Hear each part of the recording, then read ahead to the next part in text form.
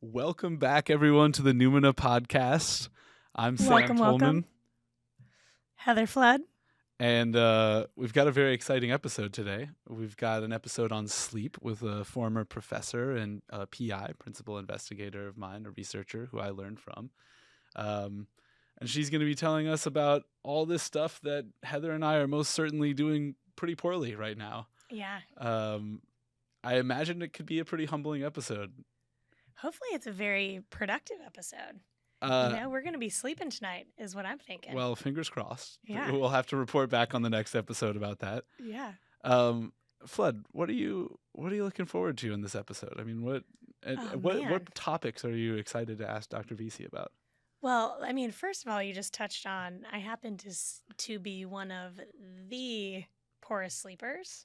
It's a true specialty of mine. Fantastic. There was a period of time where I was getting like 2 hours a night. Like I was just up, done a lot of things, learned a lot of things. So that's not quite where I'm at right now. I'm so honored to get to sit with someone who really knows everything there is to know about sleep. I'm curious. In my learning, I think that sleep hygiene is a big deal. I think even larger than that, I think that the activation system is really the thing that I try to treat most in my practice. Mm-hmm. A lot of people are, you say hygiene, it's like big eye roll. And so I think there's ways that we can dial that in for people. But way more importantly is, how our nervous systems are throughout the day, how activated we are, how easy it is for us to ease into that sleep state. Yeah. So I'm curious to see if she finds that as important as I do. Yeah. Other curiosities just around timing of sleep, volume of sleep, that sort of thing. Sure. I just totally feel the same way. I'm excited to hear about all that. I mean, naturally, the thing that I'm most excited for is the practical piece, because as you also know, and it's a joke with our friends that I sleep very poorly. Our other dear friend saw my sleep scores. He unfortunately got access to my sleep scores a couple of months ago, and basically hazed me by like sending me screenshots of them every day. And it was like I was actively trying to avoid looking at these. It's like traumatizing like you. True, like horrifying. Like I would be like, oh man, today is a bad day, but at least I haven't looked at my sleep scores yet today. And then he would text me all of a sudden.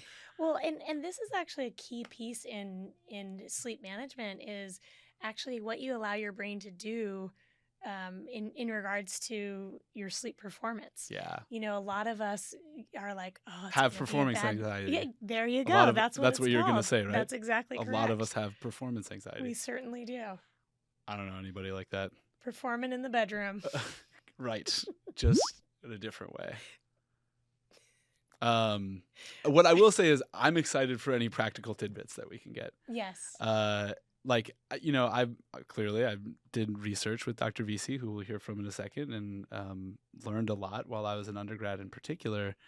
So I know a lot of the stuff, but I feel like something hasn't exactly clicked yet. But I'm fighting some uphill sleep battles. I think that the diabetes makes things a little more complicated, certainly. And certainly working on India time zones makes things a little complicated sometimes. A couple factors. I've got some factors. Not in your favor. Yeah, but I also feel like I might be missing a few tools, so I'm really excited to see what we can get from Dr. Veasey about that. Yeah, likewise. Cool. Well, without further ado, I think we'll let her on the show. Thanks everyone for tuning in, and yeah, we'll welcome her to the show. What did I say? Let her on. We'll let her on. We'll welcome her. Without further ado, we'll welcome her to the show. Just really excited. Thank you all for tuning in, and hope you enjoy this episode. Yep. Buckle up. Buckle up.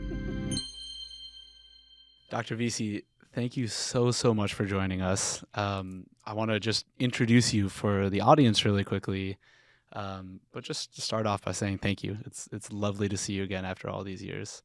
It's great. It's great to be here. Thanks. Oh, sweet. So for the audience, Dr. Sigrid Veasey, our guest today, is a physician, a researcher and a professor at the University of Pennsylvania Perelman School of Medicine.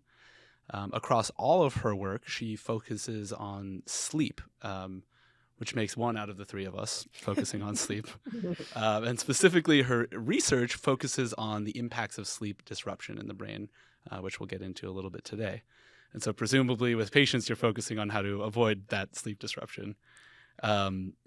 On a personal note, Dr. Veasey was a strong early research influence on me, being one of two researchers that I studied with while I was doing my undergrad at Penn.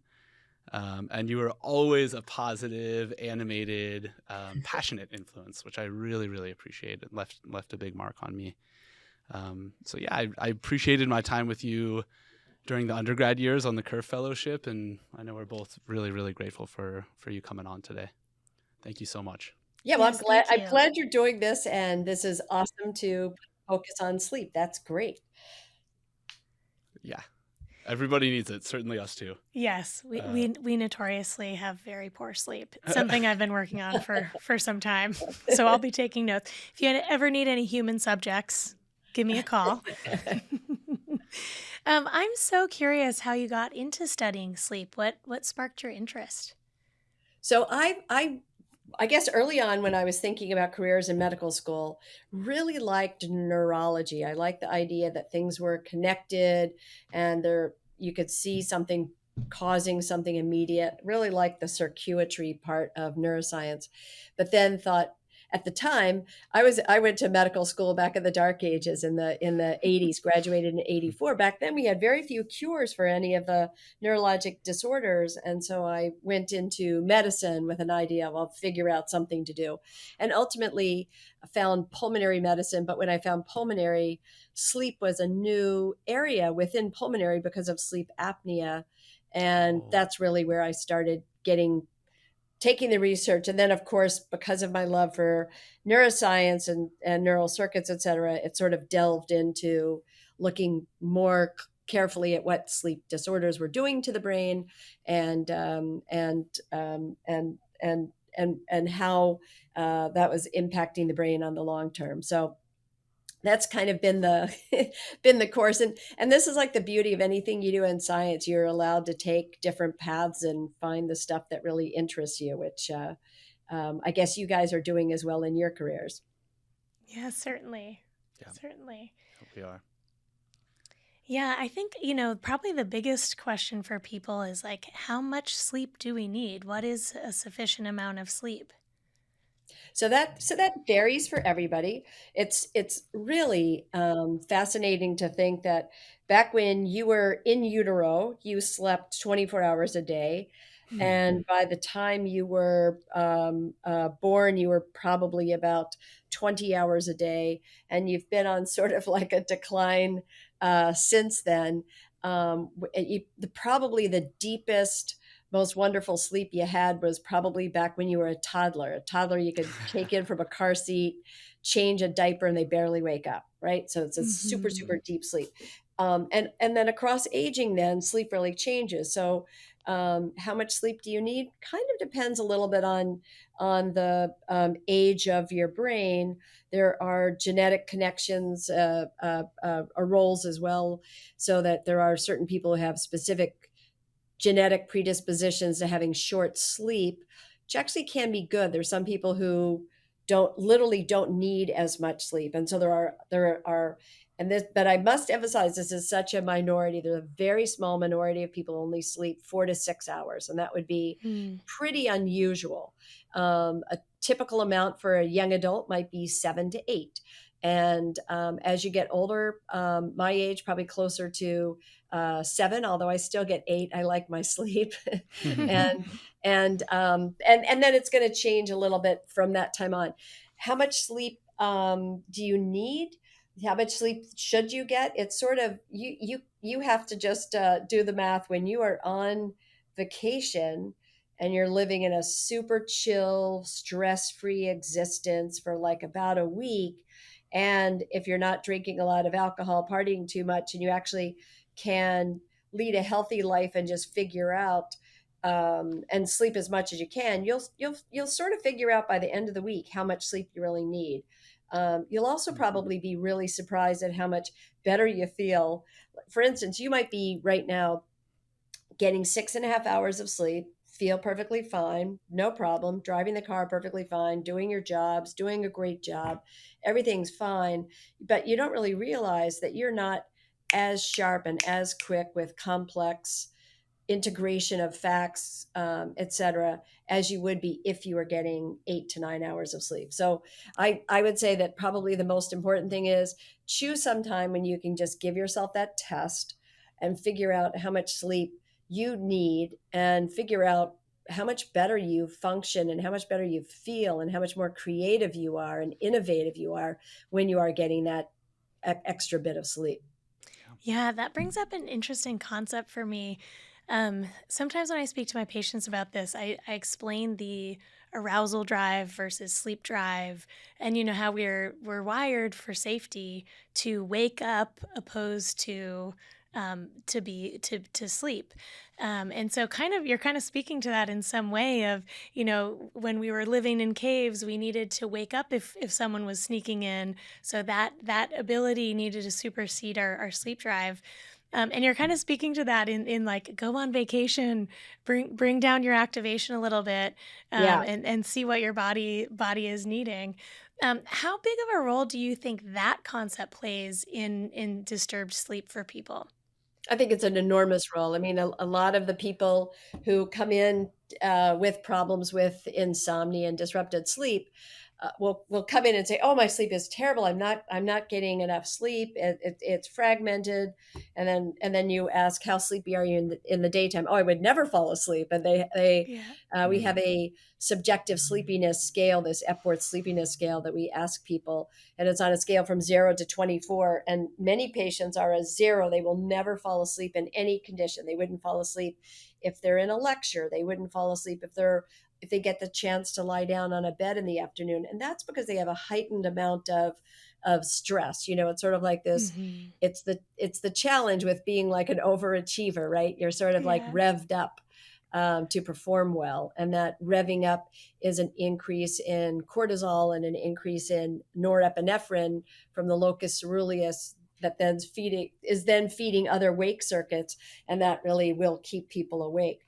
And so yes, it's that vacation or and it doesn't necessarily have to be a vacation. You can also in the evening give yourself, we just don't do this, right? It's like you go from work, maybe go home, watch a few shows, do something, interact, and then you're right into your bed. And there really isn't a time that you have a downtime aside from the bed. So Mhm. that downtime where you really can chill, relax, reflect, no sensory stimulation is coming in. You're not listening to music. You're not listening to other people talking.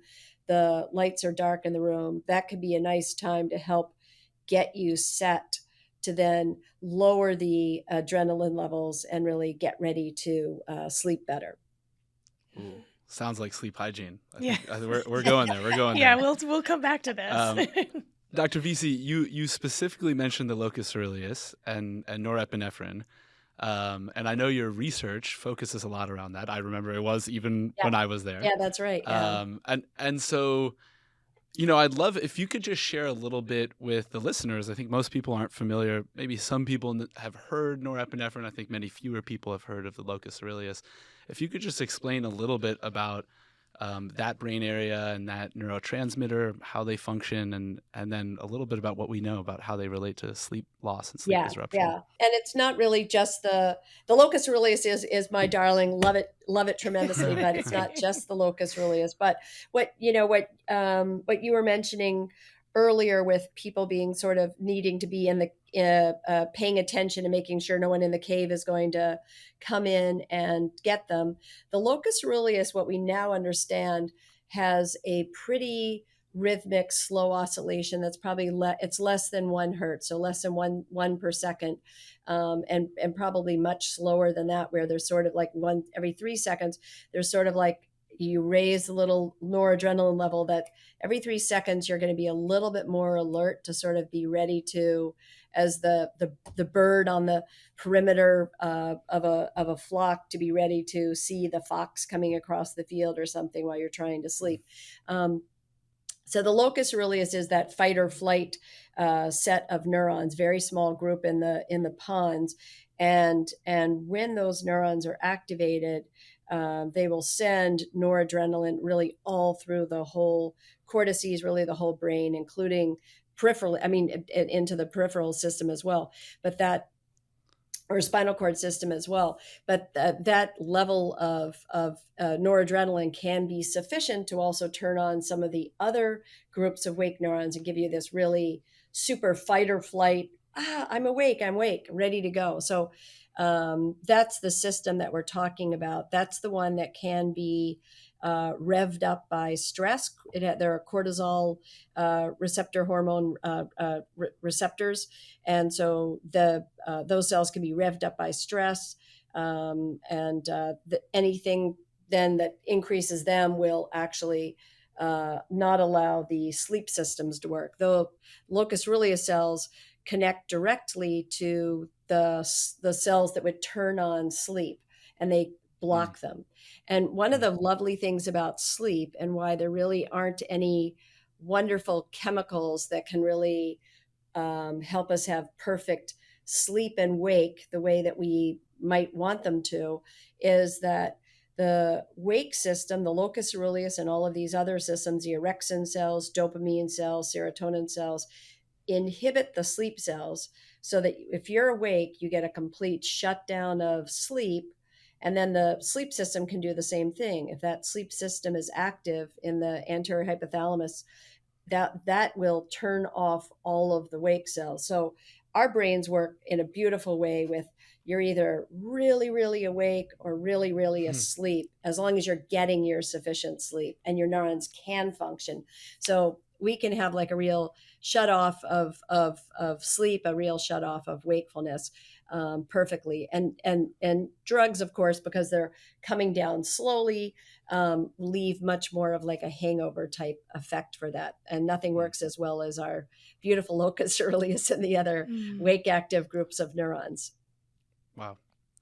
So am I hearing that right? That this rhythmicity that you talked about Yeah, between 1 and 3 hertz, so every 1 to 3 seconds, yeah, it's almost like a check that's happening, yeah. where the neurons in the locus coeruleus are, they have this peak of activation, and it's almost like they're checking if there's an important stimulus for them to then react to and send noradrenaline to the rest of the body and brain. That's what it seems like now. It's that's a very hard thing to figure out. Is that why we have that rhythm? But that seems Sure. like the most likely scenario. And it also just makes perfectly good sense that you've got to have that system ready. And you don't want to be waiting. You can't have it up all the time, right? Or you don't get to have sleep. But you need to be able to have it so that you can have these oscillations. It's also possible that that rhythm plays other roles. This just gets more into the functions of sleep, but that rhythm of just coming up lightly and may also be something that helps the glymphatic system, or one of the cleansing systems, um, move things in one direction, and then there's a change in the blood vessels, a relaxation, and the clearance can occur across the perivascular space or something. So it can be that that rhythm has other purposes. And I think by the time you've evolved to a human, you probably start to incorporate other functions into something that may add to, you may be doing more than just keeping alert to watch for the Sure. fox crossing the field, but now you're using that for your glymphatics, or you're using it as another way to oscillate neurons for memory purposes. Very cool. Very cool. I love that idea of this rhythm actually, in a sense, like pumping out Mhm. waste from the brain, Yeah, or, yeah, or, and or and uh, cycling. and it's interesting if you that if you cause an arousal. This is work that Maka Nedergaard has done with glymphatics, really built the whole glymphatic story. But if you make a sharp noise and you tap while someone's asleep and they wake up acutely, the locus coeruleus is clamps down on the blood vessels, and it actually reverses the glymphatics a little bit, and stops the flow. So sleep Mm. disruption may also be something that is impairing the clearance of waste from the brain. Mm. Wow. Wow. Yeah, that's interesting. Yeah. So I'm gonna take it back, very practical, and Yeah. asking for a friend here. This is obviously not a personal example in any way, shape, or Of form. course. So you know, let's say that you set your alarm in the morning and you set it with some extra time to go through some kind of morning routine for your well-being. Maybe you like to work out, or you're meditating, or doing something for yourself before you have to start a busy workday. And the alarm goes off and you are just so exhausted and you're like, well, I've got another 30 minutes or I've got another hour or whatever it is. In your opinion, as a sleep expert, is it like, is that a sign from your body that you should actually take that extra 30 minutes or 60 minutes? Or is it better to just really set a solid rhythm, a solid wake up time to kind of stabilize your circadian rhythm and say, nope, we're getting up now, even if I don't feel great? Yeah, I mean, this gets back to the jet lag point, but it's perfectly acceptable. Let's say that you're going to do you're either going to be you're not going to get a breakfast. You're going to roll out the door to work, but you got the right amount of sleep that you needed. Or now you've decided, okay, I'm going to have a really healthy breakfast. I'm going to exercise. I'll be showered. I'll plan my outfit. I'll get things going so I really get the day started well.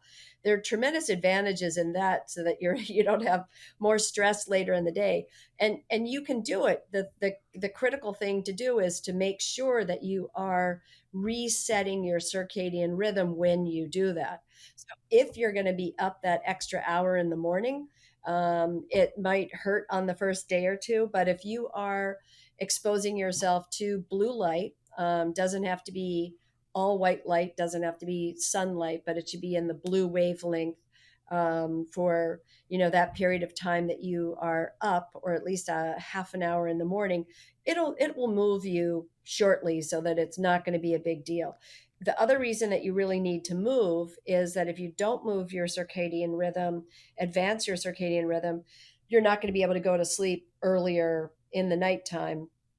And then you're going to be, then you're going to be sleep deprived, right? So, yeah, go for it. Fix whatever you need to fix in your schedule. I think you guys, there are many people in California or on the West Coast who are challenged by this East Coast centric time scale, right? So Sure. one of my sons just moved out to California, but is still working for an East Coast firm, and he'll be, getting up then and starting his day at 6 o'clock, and that's okay as long as you get your circadian cues done properly, so you get the bright light, blue light exposure in the morning, and you're avoiding the light in the evening, and you just have to switch your day. But you can do that within a day or two. That will fix your schedule, so you can have your cake and eat it too. Wow. Nice. I didn't think we were going to get that straightforward of an answer. Yeah. That's amazing. Yeah. It's interesting that you say that, because I had this idea that sleep deprivation was enough, and yet I always struggle to then actually get to sleep, because I don't do that extra step that you mentioned of exposure to blue light first thing in the morning. Right. And that could even be like, I think you played football when you were at Penn, right? And I think, right. I did. And so I always think that it was like the best thing ever for all the poor athletes who were the only ones on the campus who had to go do something early in the morning. The best therapy for that was that you had to walk across the campus to Right. get to the field, and that walking across the campus was your 30 minutes of blue light exposure to get you kind of like, okay, this is morning, this is when I need to start my day, kind of a thing. And it gets you really grounded in a schedule, a circadian rhythm. Right. Sometimes you're still exposed to blue light in the nighttime, so that's a problem, but on computers or cell phones or something, but at least it gets you on the right cue for the morning. Yeah, and with this blue light exposure, some people use lamps, and I think there's a specific recommendation. I've heard 10,000 lux is like an appropriate lamp light level. What would you say that people should look for? Let's say if they live somewhere maybe like Seattle, where there's a very long period, a season where there's not a lot of light in the morning. So That 10,000 lux was sort of developed with the seasonal affective disorder, and that was with that super harsh device that, you know, like you Yeah. look at it and it really hurts your eyes and gives you a migraine if you're predisposed to migraines. Um, it doesn't have to be that bright. There are several devices on the market that really are specific blue light emitters, and they're only 10 centimeters by 10 centimeters. They run like about $120, and that little device is phenomenal in the sense that you can put it right next to your computer. You don't have to look directly at it. And just while you're working, getting a cup of coffee, answering emails in the morning, you can have your 30 minutes of exposure and get that anchoring time for the day. And same thing, you can use that same thing for those poor those poor gray Seattle days. I don't think you have to be diagnosed with seasonal affective disorder. I have a son who lives in Seattle, and he's getting used to it now. But it was harsh when you first start on those the Yeah. gray I days, bet. day after day after day for 9 months out of the year. But Mm-hmm. it for a lot of people, they'll use that little blue light device a little bit in the morning and then also a little bit in the afternoon. You don't want to do it too late because it keeps you up too late, but it gives you like more of a day that might be like 12 hours of light when, you know, if it's a really rainy day and you had to get into work and you barely saw any sunlight and you're getting out, you know, with again not much sunlight, it can be really nice to have that extra exposure to make your day extended a little bit. Okay, And Awesome. I should say, I'm gonna ask. yeah. Oh, go ahead. No, no, please go for it. Go for it. Now, I was going to say that the reason that that light is so important is that it's not just the light exposure serves two purposes. One purpose is to anchor your circadian rhythm, but light actually is a alerting signal. So if you truly will feel more alert if you're outside on a sunny day, exposed to the sun for long periods of time. So that there are two components of that circadian rhythm. There's a direct component where the light comes in to the retina, message goes back to the suprachiasmatic nucleus, and then goes out to a place in the hypothalamus before it hits all the wake cells. But ultimately, that light exposure is activating the locus ceruleus and some of these other wake centers to really help keep you awake. And so you can use that to your advantage because you can also the more awake you are in the daytime, the better you sleep in the nighttime. Mm. Mm. And does that also, the light I assume is also suppressing melatonin, Yes, which yes, which is why you would not want to do that light later in the evening, closer right. to bedtime. Yeah, it's going to suppress melatonin and it will turn on this wake system. So both of Mm-hmm. those are going to be counterintuitive. And you need your melatonin. You know, melatonin is a phenomenal hormone, neurohormone, Yeah. right? Because it has these tremendous antioxidant roles and neoplastic roles, pro growth roles, in addition to having these effects on sleep. We're only really now starting to figure out the many roles that it has, but you really want your melatonin rhythm, and that melatonin rhythm really should be like you should have. We should all make sure that no matter how many hours you're sleeping, you have 8 hours of true darkness. Mm. Mm. Yeah. That's fascinating. So I think the recommendation, I think we've danced around this a little bit, is to be careful about blue light exposure at night. And the number one thing that everyone always hears is Yeah. phone or computer use.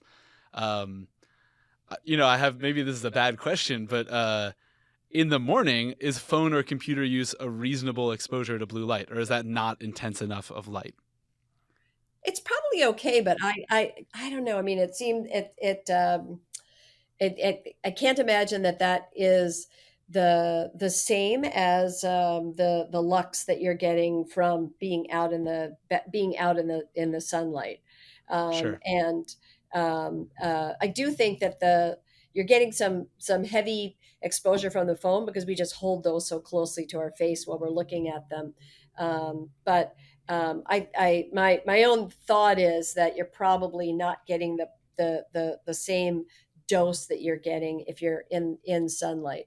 And then the other challenge is there are people walking around wearing blue blocker glasses in the daytime, which I don't understand why those Mm, exist in the daytime. That seems like an unusual thing to have, but that's going to be messing up that rhythm, right? Because then you're not able to get the blue light in the daytime.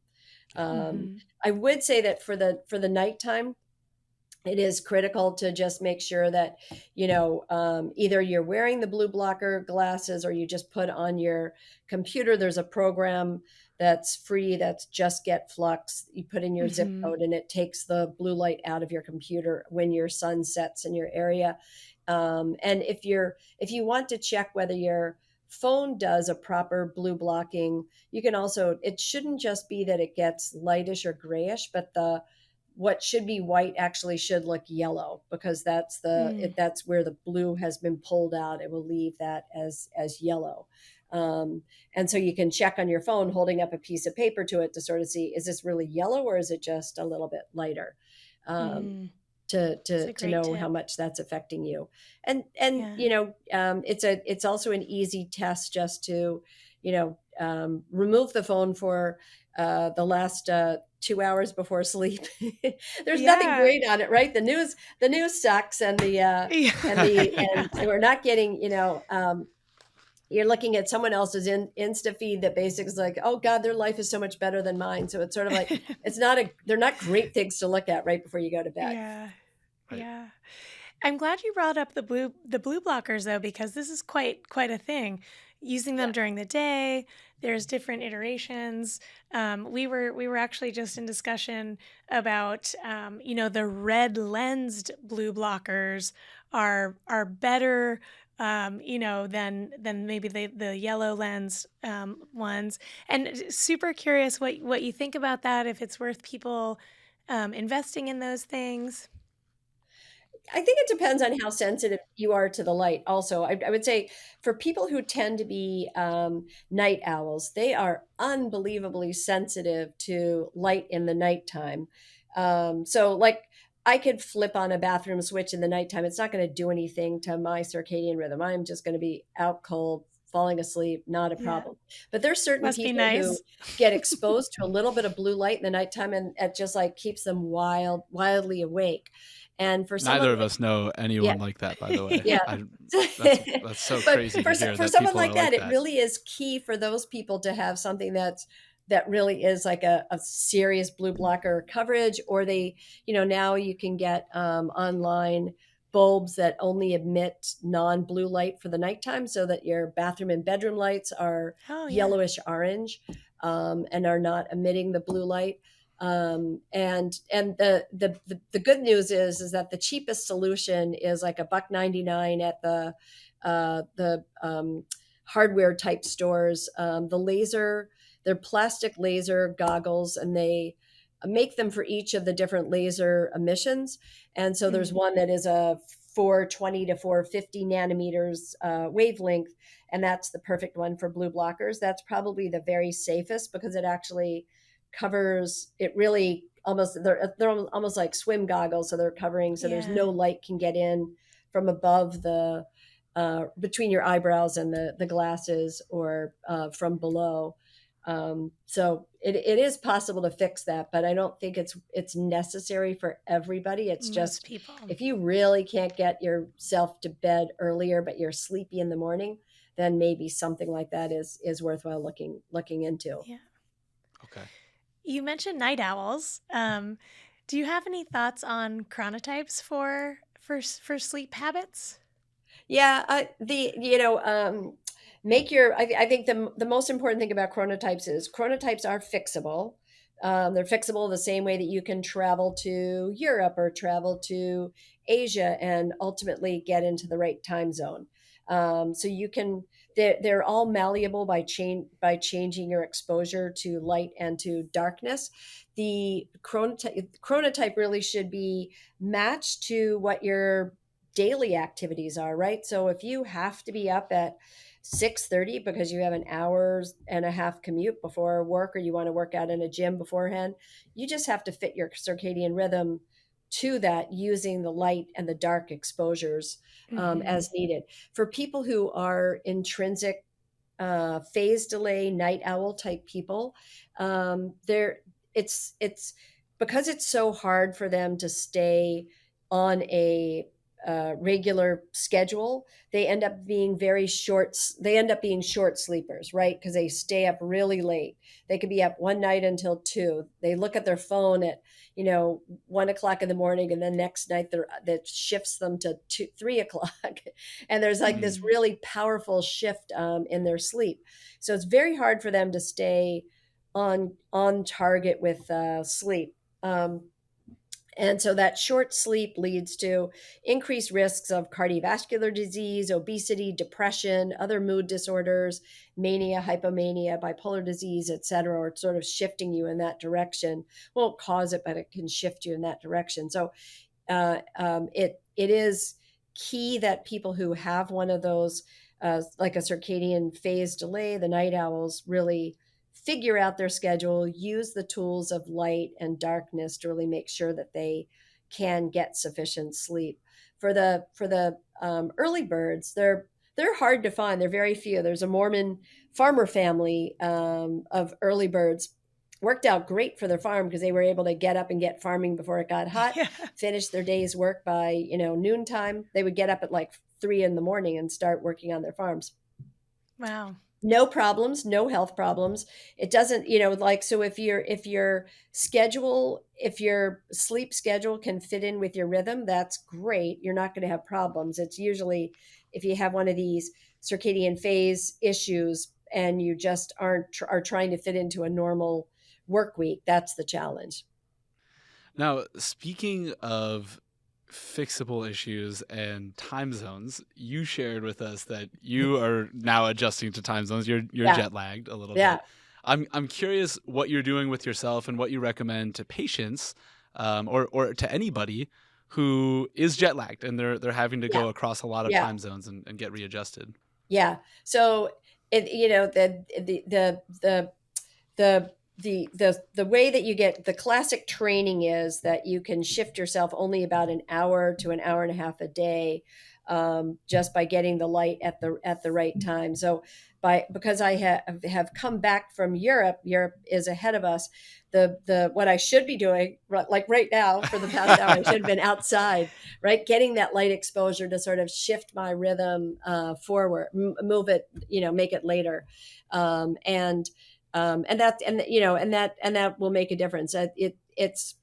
It'll just take me another day or two because I had to see patients today. So I've just been in the dark of seeing patients, but we'll get out and get our sunlight tomorrow and the next day and get that rhythm back.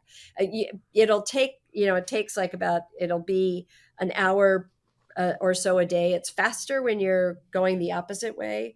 Like if I go out west, the circadian rhythm is 24.3 hours, and it helps you a little bit to move in that direction and then stay up later. And this was something I was always fascinated by as an undergrad. You mentioned that the circadian rhythm is 24.3 hours. Can you just explain the implications of that for everybody? Like, what does that mean realistically, that actually we run on a clock that's more than 24 hours per day? Yeah, I mean that's what the clock is. If you put people in this protocol called forced asynchrony, where they have, it's too short a day, and so they kind of, that's just their circadian rhythm is running and they're sleeping whenever they can sleep. And so our rhythm though is really because of the light exposures that we're getting and the dark exposures that we're getting, we really are much more on that. If you take people who are blind, they will, who are blind and don't, blind in the sense that they're people who are blind and they don't perceive light or get that message Right. from the eyes to the circadian SCN. So those individuals, they will sort of, if you looked at their patterns, they would sort of scrunch, each day would be like a little bit longer, getting up a little bit later. They'll go in that sort of a pattern. But we check ourselves because of the way that we're exposing ourselves to light. So we have this intrinsic 24.3, but we're really living on a 24. Beautiful. There was another thing that you mentioned earlier about yourself being able to fall asleep very easily, and I envy you all. Ditto. So, I know a lot of people like that who will say they have no issue drinking caffeine at night. They'll drink a cup of coffee after dinner. And in my mind, first of all, I can't do that at all. I will be up all night if I do that. Yeah, afternoon. Yeah. Done. I Yeah. mean, yeah, even tea Yeah. afternoon for me is a Yeah. no-go. So, but I also remember learning specifically that even if you don't perceive that caffeine in the afternoon has an impact on your sleep, that in most cases it actually does. Is that true? Yeah, that is good, solid learning, Sam Tolman. You got Oh, that. nice. That's great. Great. That's A+. like a Dave Dinges training. But yeah, that's absolutely right. And because it may not, we always think about our sleep in terms of, oh, I got 8 hours. That's great. Well, if you had caffeine prior to going to sleep, it's possible that you still might get close to 8 hours, but you might have much more fragmentation, more disruption, less slow wave sleep. So the caffeine can have an effect on you in that sense. And really, it's just not the same quality sleep that you would have. And then everybody is sensitive. There's so many genetic variances in adenosine receptors, the receptors that are involved in that caffeine wakefulness response. And so some people are going to be exquisitely sensitive to caffeine, whereas others, probably can have a cup of coffee and it literally doesn't affect their sleep. I would say that for the people who are horribly, horribly, horribly sleep deprived, like patients who have uncontrolled obstructive sleep apnea, they probably can have a cup of coffee and their sleep won't be changed because there is such a profound homeostatic push that that the caffeine just doesn't do anything. And you may recall, like trying to pull a couple of all-nighters during exam times or something, and the caffeine's pretty darn effective on the first night, kind of effective on the second night, not so effective on the third night. Maybe not for you, Sam, if you're very sensitive to it, but for a lot of people, it's sort of like, I can have all the coffee in the world, but I'm not staying up. So you do reach a point that you just can't stay up. But absolutely, any caffeine that's after 11 o'clock in the morning could certainly have an effect on sleep. And the other thing that I think is key for the audience to be aware of is just that there's so many medicines that screw up sleep.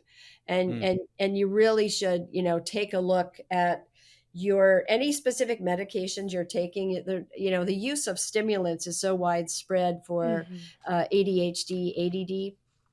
And stimulants in particular have pretty long lasting effects, because it's really hard to stay fully alert as long as you would like to and be alert until 9 o'clock at night and then have zero drug in your system, when you're trying to sleep in the nighttime. So,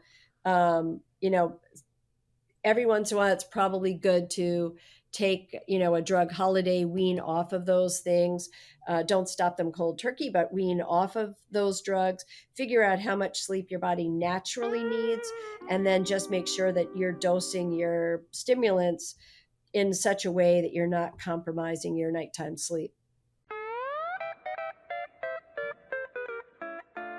We spoke with Dr. Veasey, had a fabulous conversation, learned so much information about sleep, and just so many highlights, and some of which we're going to touch in on again today. So we've been talking around this a little bit. What is the amount of sleep that is actually appropriate for most people? Obviously, understanding that there is a continuum, there's a spectrum of where people are at, but what is normal for most people? What is healthy for most people? Well, I'm going to turn that a little bit, because everyone has the length of sleep is totally dependent on the person. Okay.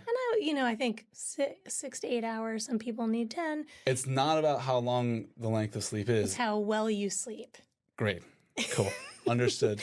But in a way, actually, that's a perfect joke, because what is considered normal sleep is that you fall asleep in 10 to 20 minutes. Okay. And then you're not awake for more than 30 minutes at a time, 30 minutes throughout the night. If that's not what's happening for you, where you go to your bed and you fall asleep and you mostly do that thing throughout the night, there are ways that we can help you optimize that and change that story a little bit. And by we, Heather means her. Sam. Because I am not going to be of support in that mission. I will support you. Okay, and then the other side of that is, whether it's a sleep duration issue or a sleep quality issue, people will then take naps during the day to make up for that. I mean, how effective is that in actually kind of restoring the balance or completing a day of sleep?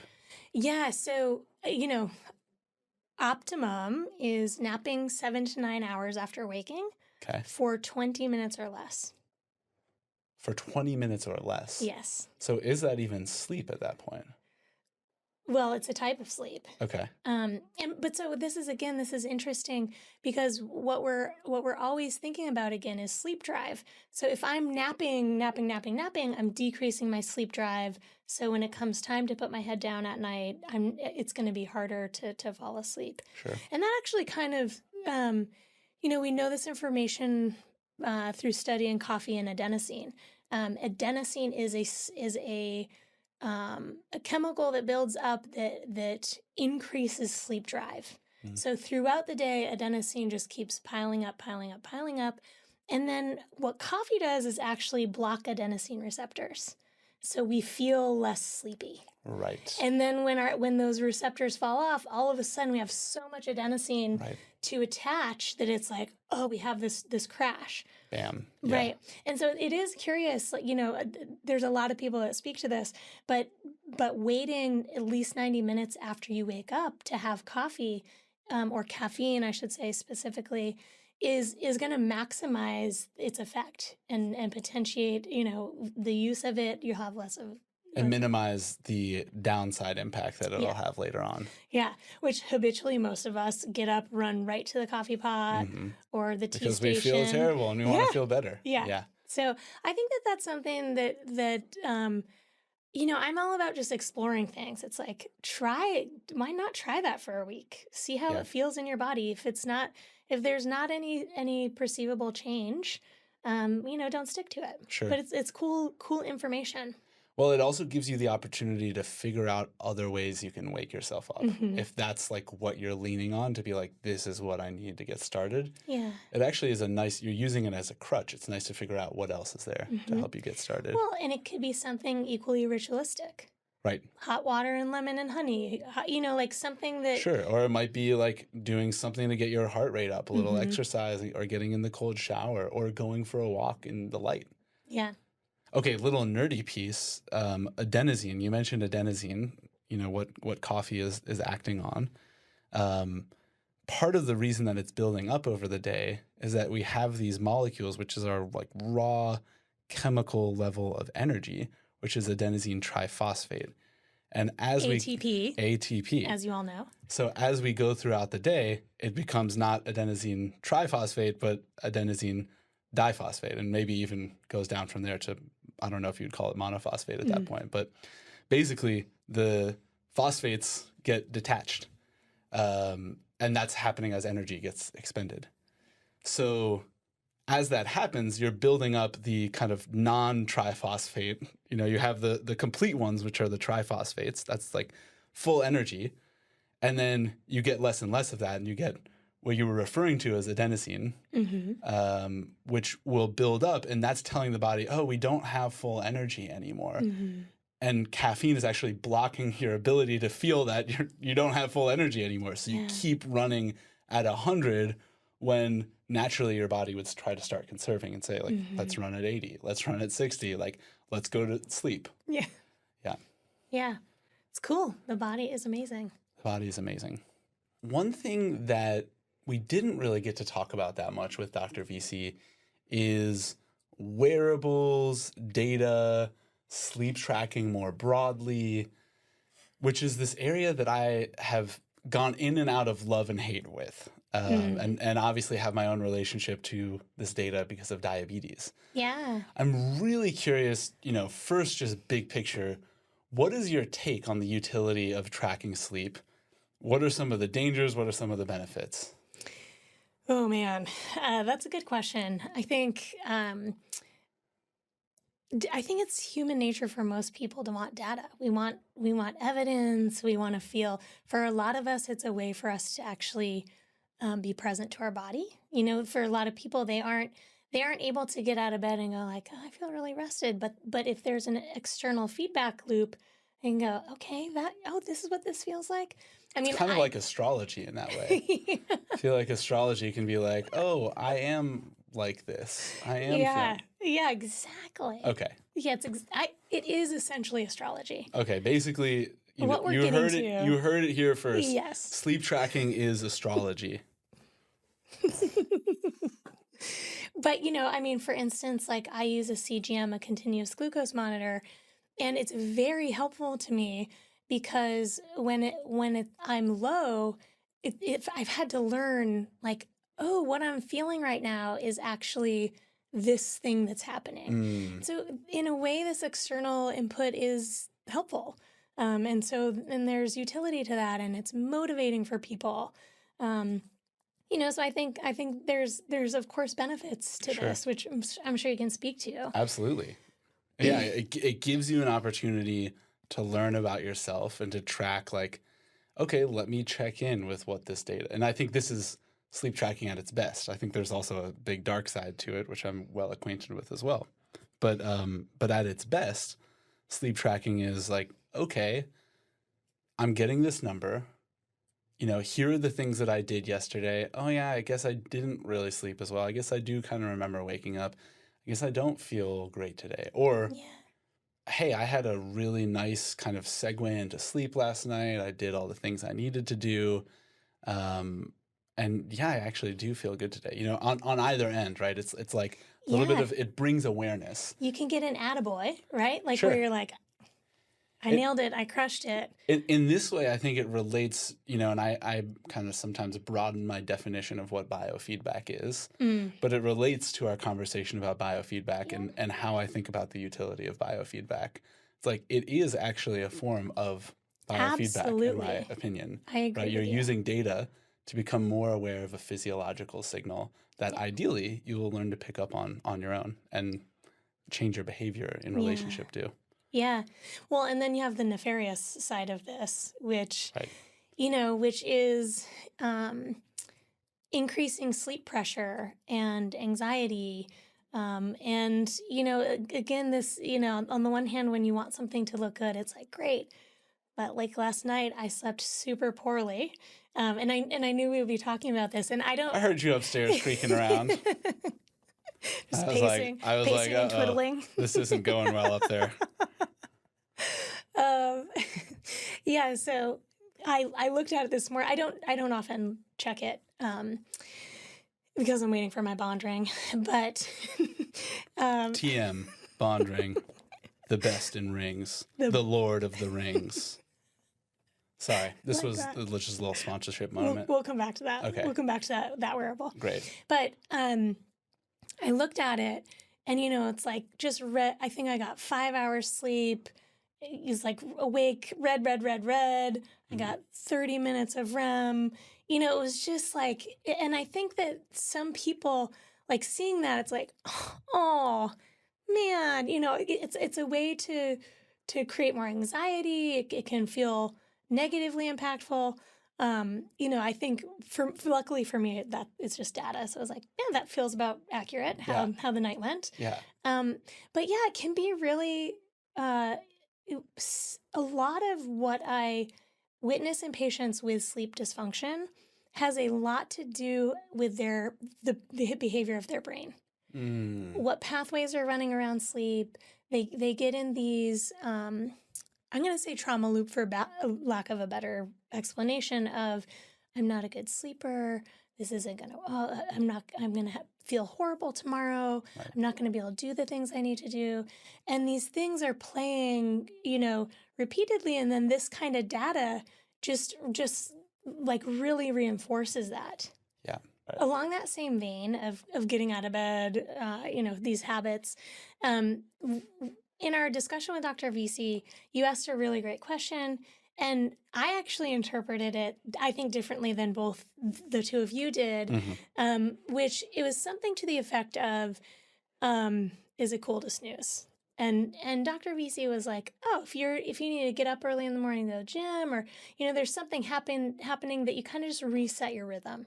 And I love that, and that's a great point. But it's, I think that to speak to how unhealthy it is to snooze, that the act of snoozing, actually you're not getting good quality sleep. So you're breaking up these patterns that you're not going to get back into to any useful sleep pattern. And so it is actually really unhealthy to snooze, where you're better off making the decision, I'm going to sleep the extra hour instead of hitting snooze six times. Right. Well, that's what I was going to ask. Is it unhealthy, or is it just not useful at all? It sounds like it's just a waste of time. I think it's a waste of time, and also because you're not getting more sleep, actually. Right. You're not getting any quality, and then you're kind of like, you can think of it this way, as it's also messing up your circadian rhythm. Oh, right. Is it? So you're not. We should be getting our cortisol standing us up. We're getting moving. Hopefully, we're encountering some kind of light early in the morning. Right. Right. So in some way, I mean, it's not harmful. So you're not giving yourself the chance to get the positive, like, circadian set of the morning of I'm standing up, so my different monoamines are now active, and I'm getting light, and but okay, so what I'm hearing from you is it's not useful, and you're kind of robbing yourself of an important opportunity early in the morning. I also heard you use the example, though, of snoozing multiple times. Because, well, this is actually a serious question, because what I often do, and I'm curious for any of our listeners, if you do this, I will often snooze once and not intentionally actually go back to sleep. If I fall asleep, I fall asleep, or sleep, quote unquote. But really, what I use that time for is, this is an opportunity for me to check in with my body, see how I'm doing, and like not stress myself getting out of bed, because often I would get really stressed out first thing in the morning, and I'll like try to do everything at once, and I'm checking my phone, and I'm like tripping over myself to like turn the like hot water on for tea while I'm brushing my teeth, and instead I'm like, okay, let me just lay here. In a way, you could call it like a meditation. Yes.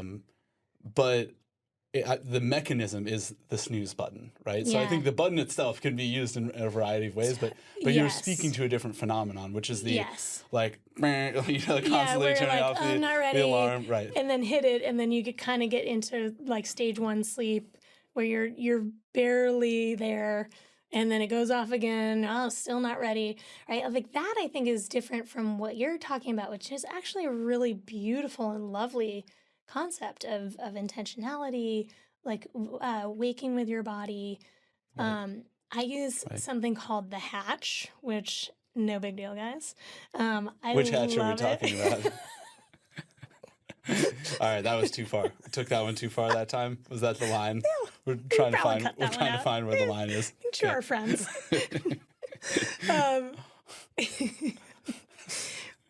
The hatch is a really, I think, cool device.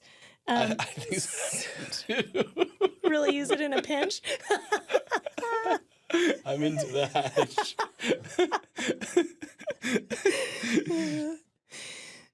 So first of all, I should say we're not being sponsored by the hatch, but if they want to step it up, now's the time. We're open. If you know we're what open I mean. to discussions. We've got a lot of sponsors, obviously.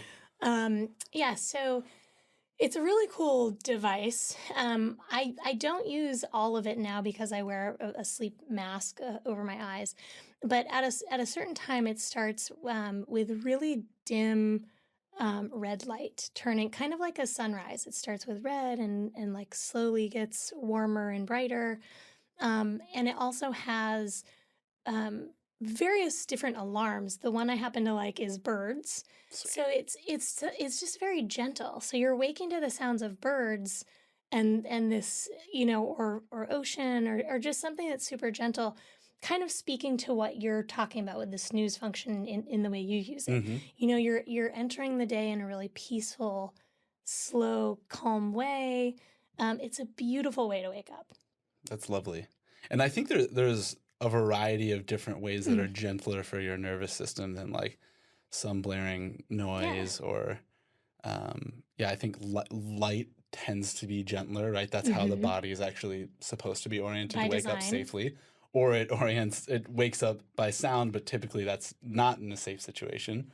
But like bird sound would probably be like, there might be something evolutionarily where like you would wake up with bird sound, right? So that's intuitive. Another one that I've seen, and I've used my Apple Watch to do this if it's on. I think the Whoop has this also. I used to have Whoop, there it is. Whoop, there it is. Whoop, there it is. Done it with I used to have an 8 Sleep, still technically have it. It's somewhere in storage somewhere.